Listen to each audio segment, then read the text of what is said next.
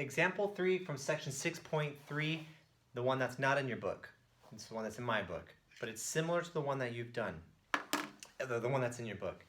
I am going to show like every little piece on how to do this for those who don't know all of the things, like how to graph, slope, how to find an equation of a line, y equals mx plus b. All of these things, okay? So feel free to skip around, pause, rewind the video.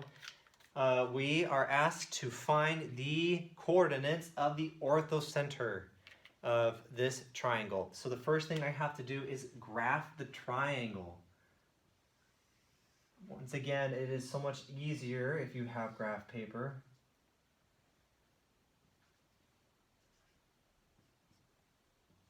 Use paper and pencil, guys. Don't just try to do everything in your head while doing the questions online. Yes, everything's online, but that means you don't just look at it and be like, I think it's this, and then try to guess the answer, and oh, that's wrong, I'll try again. It's like, I think it's this one. Oh, I got it right finally, because of the helps or the hints. That is not going to help you learn, and then you're going to fail the quiz and the test. So you need to write things down, okay? All right, D is at 0. Well, let's put our numbers in.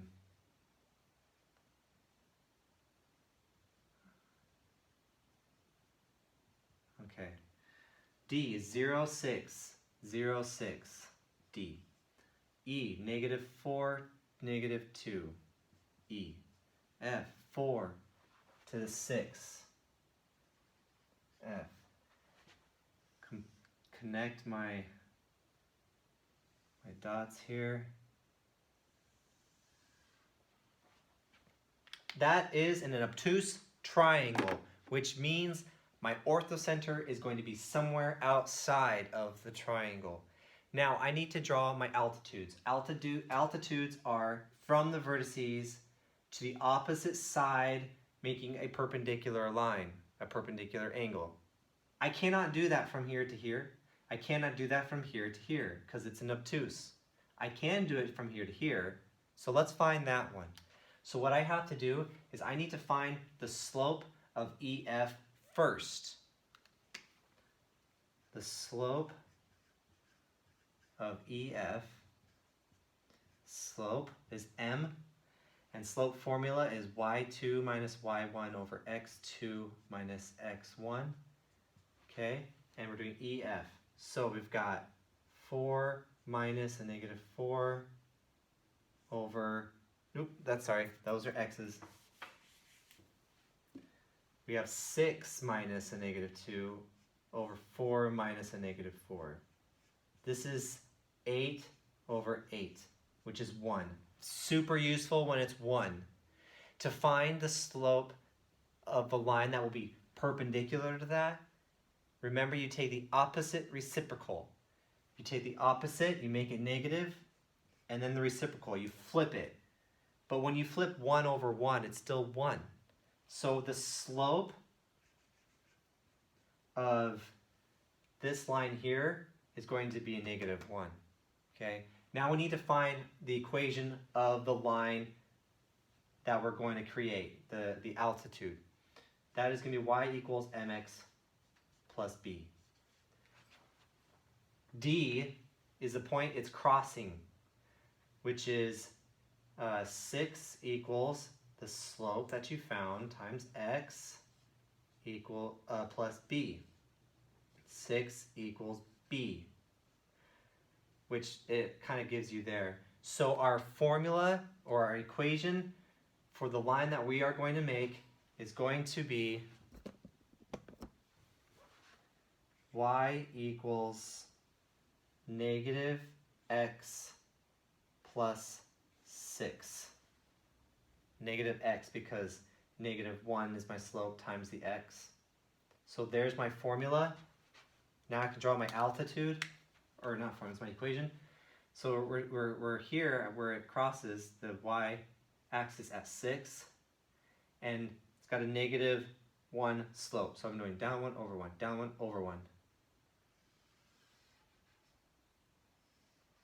Okay, so there's my altitude, and that's perpendicular to that.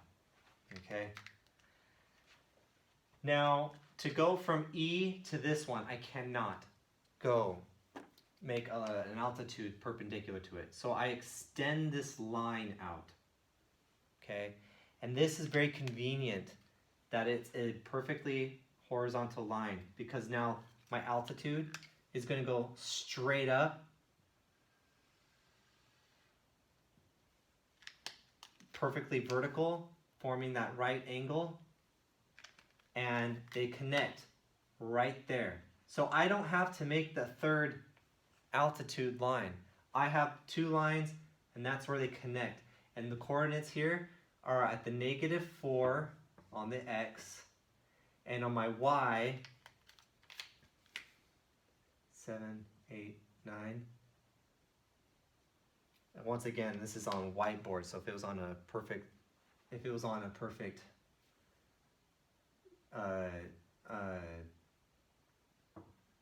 on graph with lines, it would be a lot better, be more accurate. So let me make this more. 6, 7, 8, 9, 10. Okay. 10. That's the coordinates of my orthocenter outside of my triangle. 2 altitudes make it there. So I've used slope, I've used slope-intercept equations, and I'm graphing, and I'm using perpendicular lines.